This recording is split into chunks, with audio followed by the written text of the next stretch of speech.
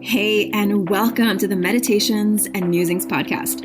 I'm Elena Lipson. I'm a mama, I'm a wife, and I'm the founder of the Divine Self-Care Circle membership and the Virtual Retreat Academy.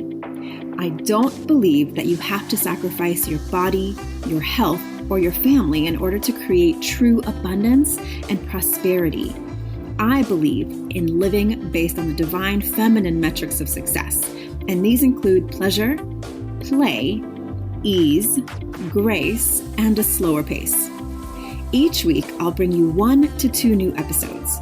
One of these will be a guided meditation that you don't have to do on the meditation pillow, and the other will be a conversation to help you access your inner wisdom, to ignite abundance, and inspire others to do the same.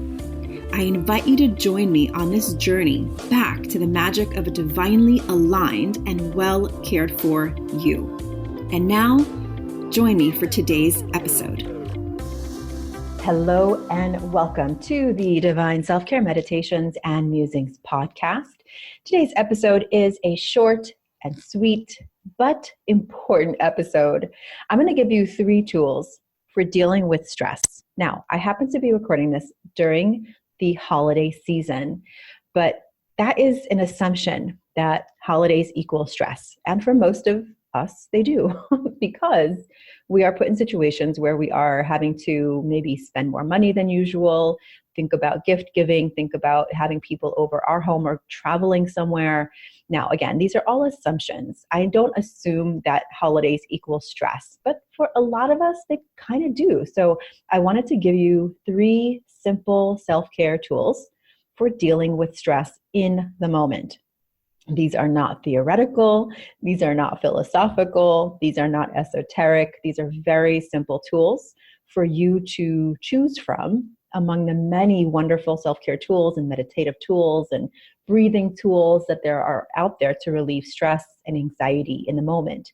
So I wanted to just give you 3 that you can choose to do when you're either preparing to go into a situation that you think is going to be stressful or elevate the stress in general, or you're in it when you're actually in it. And you could also do both. You can do before, during, and after. Now, the really cool thing about these tools is that it actually gives you control. It gives you the power to navigate these situations with grace, to be more playful about it, to understand that you do have some control, even in situations that you feel are going to be stressful by nature. Maybe you're someone who tends to be shy or wants to spend alone time, and now you're in the room with all these people for hours and hours and hours. I want you to understand that you always have the ability to honor your needs and desires, and that even when you're in a situation where you feel like you don't have any control, I want to remind you that you do. You always have control. So there's 3 tools that we're going to practice today, and you can take them with you anytime. You can come back and listen anytime, or you can just take some notes, grab a journal, and just remember, because sometimes it helps to have them written down, because you are probably multitasking right now, which is totally fine. I love to listen to podcasts when I'm running or walking or in nature, or sometimes just have it on. But sometimes you really need to pay attention. So besides my dog barking in the background, if you can hear her, she's probably barking at some other dog walking by. And it's sunny out, so she definitely wants to be outside. So the first tool is what I call a heart alignment tool. Now, this is to help you to tune in to your heartbeat, because sometimes when you're in a stressful situation, the hormones that you're releasing during that moment start to elevate your heart rate. And then you start to feel anxious, and then you start having thoughts about anxiety, and it takes you out of the moment, and then you're in storytelling land. And what I mean by storytelling land is you start to bring back stories from your past. You start to talk about things in your head, like how things are always this way, and you start spiraling out into anxiety land or stress land. So the way that I like to use this is as a reminder, first of all, that the best and most incredible tool that you have for getting yourself present and in alignment with yourself and your desires and what you really want to feel in the moment, maybe it's just being present and peaceful, is actually your breath. Because so many people hold their breath in moments of anxiety or fear. And so one of the best gifts you can give yourself is coming back to your breath. But this is a very specific breath that helps you to actually release and remove the symptoms of anxiety and stress in the moment by lowering your rate of breath and to start to bring down your heartbeat to a place of peace and centered alignment. And it's a really simple breath. You're going to do it 5 times and you're going to count to the breath of 5. So it's really easy to remember in those moments where you're like, I don't even know what to do. This is a great reminder just to do 5 of these, and you can just count on one hand. You could even do it when you're in the middle of a situation, or you can just step away and do this, or you can do it beforehand to calm yourself down. You can do this as many times as you like. There's no adverse effects. It doesn't matter if you're, haven't done this before. It's not going to do anything bad to your body except for calm you down. So let's go ahead and do this together quickly. I'm going to talk you through it. And so I'm going to just let you know that you're going to breathe in through your nose, but you're actually going to breathe out through your mouth. And it's almost like you're going to force the breath out through pursed lips so that it slows naturally down. That's what it does. When you purse your lips and breathe out, it slows the breath. So you're going to breathe in for the count of 5 through your nose, and you're going to breathe out through the count of 5 through your mouth with pursed lips, which slows it down. So let's go ahead and do that together. Starting now through the count of 5, breathe in through your nose. 1, 2, 3, 4, 5, and out through your mouth. 2, 3, 4, 5. In through your nose. 2, 3, 4, 5. And out through your mouth. 2, 3, 4, 5. Let's do that again. In through your nose. 2, 3, 4, 5. Out through your mouth. 2, 3, 4, 5. Last time. In through your nose. 2, 3, 4, 5. Out through your mouth. 2, 3, 4, 5. That's it. So we did that 5 times. It takes about 1.5 minutes to get through that. You can go slower, a little faster if you like, but you can feel your shoulders relax. You can feel your whole presence relax. And again, you can do it when you're sitting at the dinner table and the conversation's getting heated, or you can do it before the dinner.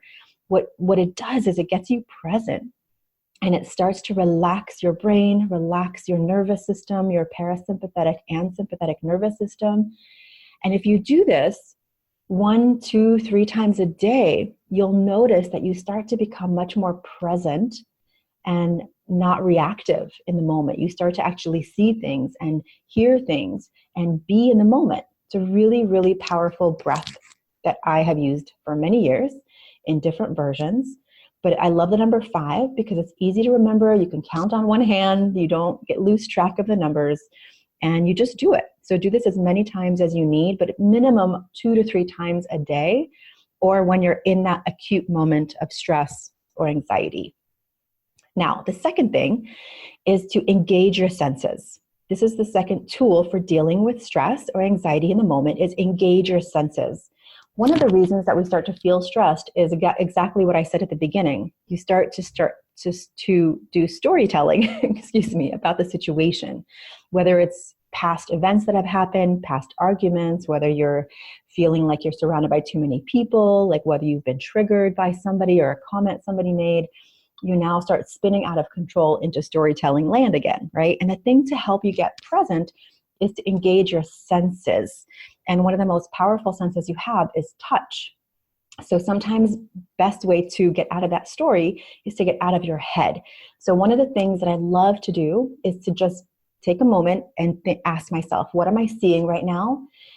What am I seeing around me? But also just take your hands and actually touch the table next to you, touch your legs, touch the wall, touch things around you, and start to notice and feel them, because this will literally distract your storyteller in your head, and get you present and connected. So you start seeing and feeling more of where you are instead of in your mind spinning out into a story. So you start getting a theme here, right?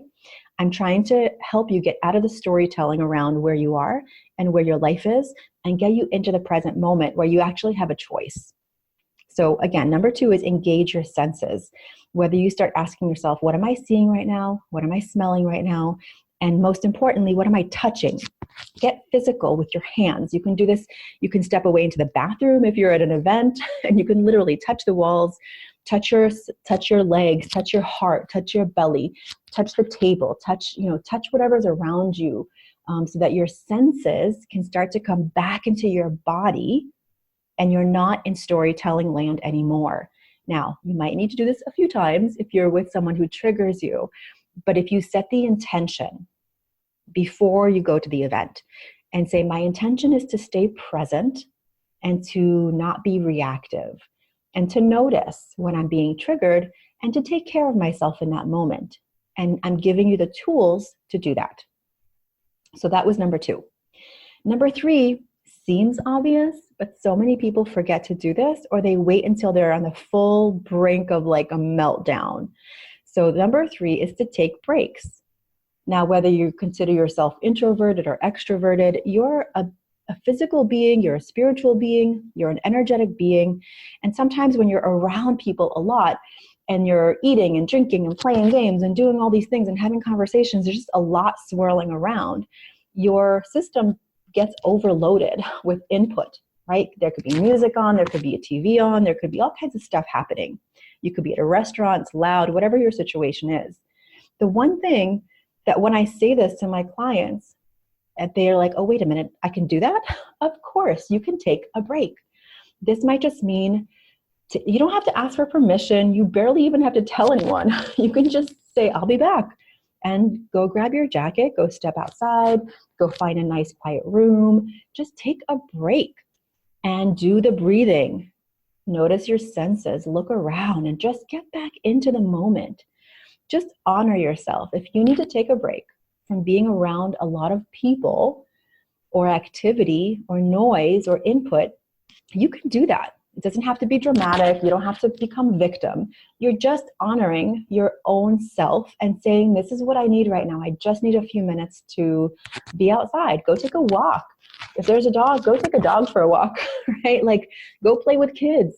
Sometimes if there's adults are getting crazy downstairs, go upstairs and play with some kids. Like, that would be the best. I used to love doing that when we had like a big family gathering. The kids are just upstairs playing a game or whatever. That's where I'd love to go, because you just get into what's real. Kids don't care about the storytelling. They're not judging anyone. They're just having a good time. That's a great way to take a break. Go pet a dog, go play with a kid, or just go outside and be by yourself. So whether this is the holiday season that you're listening to this episode in, or whether it's any time of year, really, this is for life, right? These are tools for life. If you can get into heart alignment by doing simple breath work, engaging your senses and getting out of your head, or taking a break, you can do this anytime. This is just as good of tools for dealing with stress at work as they are for dealing with family holidays and parties. So I want you to give this gift to yourself.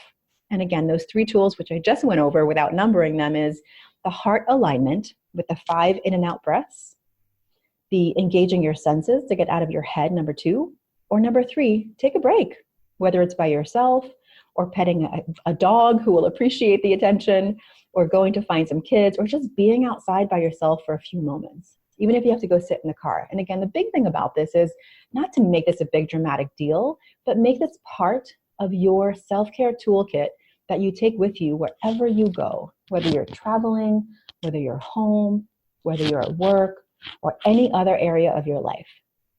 I want you to understand and to know that you are empowered to manage your energy, your input, your presence, your ability to handle the quote unquote stress of being a human being. You have the tools to do that.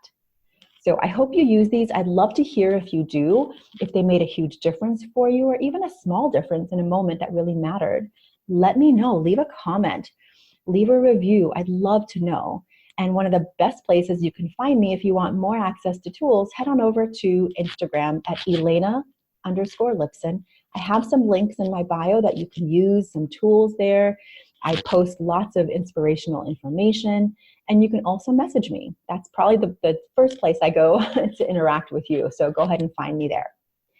And I hope you have a beautiful, beautiful season of your life, regardless of what you're celebrating or not celebrating.